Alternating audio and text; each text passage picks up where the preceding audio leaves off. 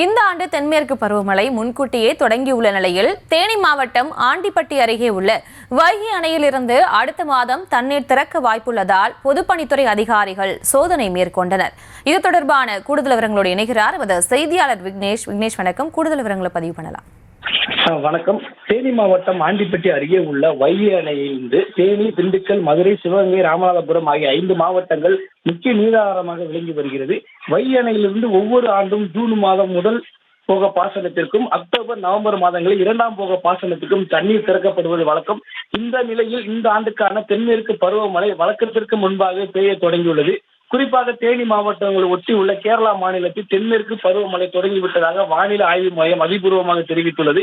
இதன் காரணமாக முல்லை பெரியாறு மற்றும் வைகை அணைக்கான நீர்வரத்து அதிகரிக்க நிலை உருவாகியுள்ளது. இதனால் அடுத்த மாதம் வைகை அணையில் இருந்து பாசனத்துக்கு தண்ணீர் திறக்க அதிக வாய்ப்பு உள்ளதாக பொதுப்பணித்துறை அதிகாரிகள் தெரிவித்துள்ளனர். அதில் ஒரு பகுதியாக இன்று வைகை அணையில் உள்ள மதகுகளை இயக்கி பொதுப்பணித்துறையினர் சோதனை நடத்தினர்.